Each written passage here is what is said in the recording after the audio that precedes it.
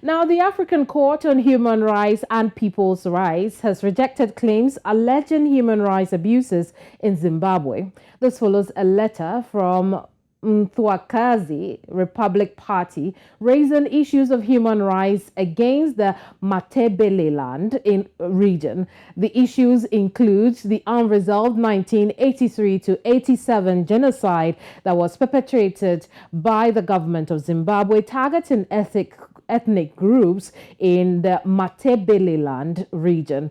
Meanwhile, in a letter addressed to Mthwakazi Republic Party, the African Court said under the protocol to the African Charter on Human and People's Rights, it can only entertain applications submitted by individuals or organizations with observer status before the Commission. The court further said Zimbabwe has not ratified the protocol nor deposited the declaration under Article 34, which accepts the jurisdiction of the court to consider an application filed by an individual or non-governmental organization. To speak more on this, we are joined by the president of Mthwakazi Republic Party, who is Mqondisi Moyo, and Makomborero Haruzivishe, a political analyst. Both of them are joining us from Zimbabwe. Good evening to you, gentlemen. Good evening, madam. How are you? Great. I'll start with you, Mqondisi. What is your party's reaction to the position of the African Court in rejecting your letter alleging rights abuses in Zimbabwe? Thank you very much. I wouldn't regard that as a rejection by the African Court, but I take it as a way that they advised us to take our case to the African Commission for People's Human Rights, whereby their argument was Zimbabwe is not a member to the African Court and it cannot hang our case. It can only be hanged by the African Commission on People's Human Rights, which is headquartered in Gambia.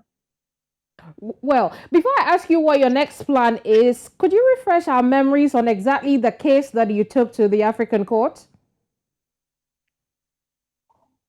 Thank you so much. Yes, we are a political party that is fighting for self-determination in Zimbabwe. That is to separate from Zimbabwe.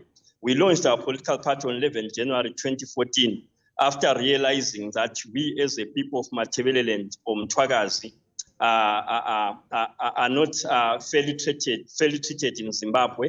And we have got a historical background that reflects that Zimbabwe and Mthwakazi were two separate countries that were joined together in 1923 without the consent of the people of Zimbabwe, by then Mashonaland, and the consent of the people of Mthwakazi. So on that regard, we are saying we want out of Zimbabwe because there are a lot of issues that affect us as the people of Matabeleland, but which are caused by the Zimbabwean government. You realize that around 1983 to 1987, our people in Matabeleland suffered what we call a genocide, where more than 40,000 of our people were killed by the current ZANU-PF government without a reason. Right. I'll come to you, Makomborero. Questions about human rights abuses in Zimbabwe continue to be an issue in the country. So how important is it for perpetrators to be held accountable?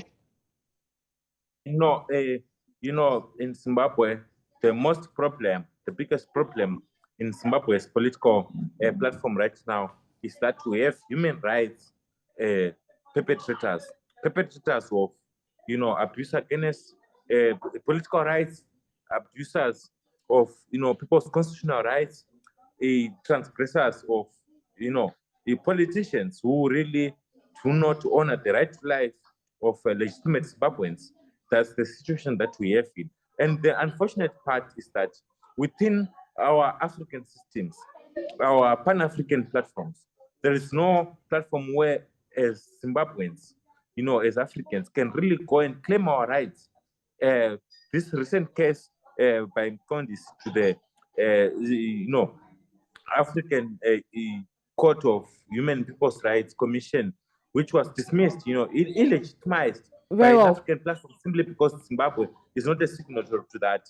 It speaks volumes in as far as our human rights situation is concerned. Why? Because Zimbabwe, if you can go back to then when it was Rhodesia under Ian Douglas Smith, he pulled out of international platforms when he declared the UTI back then in order to avoid accountability, to avoid political and economic reforms.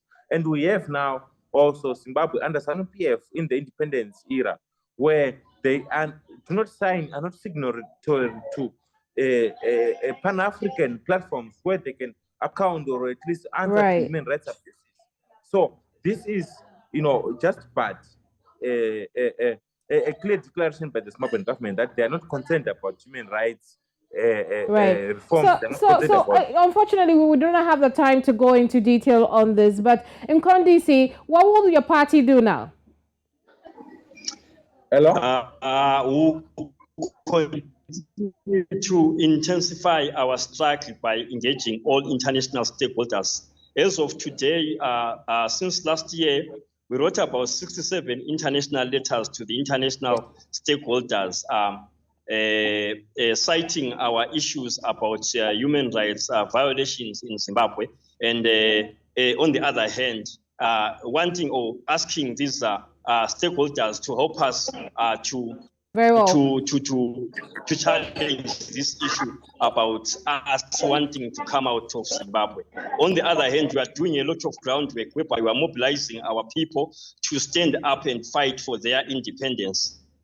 Well, gentlemen, thank you so much for your time here. Mqondisi and Makomborero joined us from Zimbabwe as we discussed the recent court ruling from that country.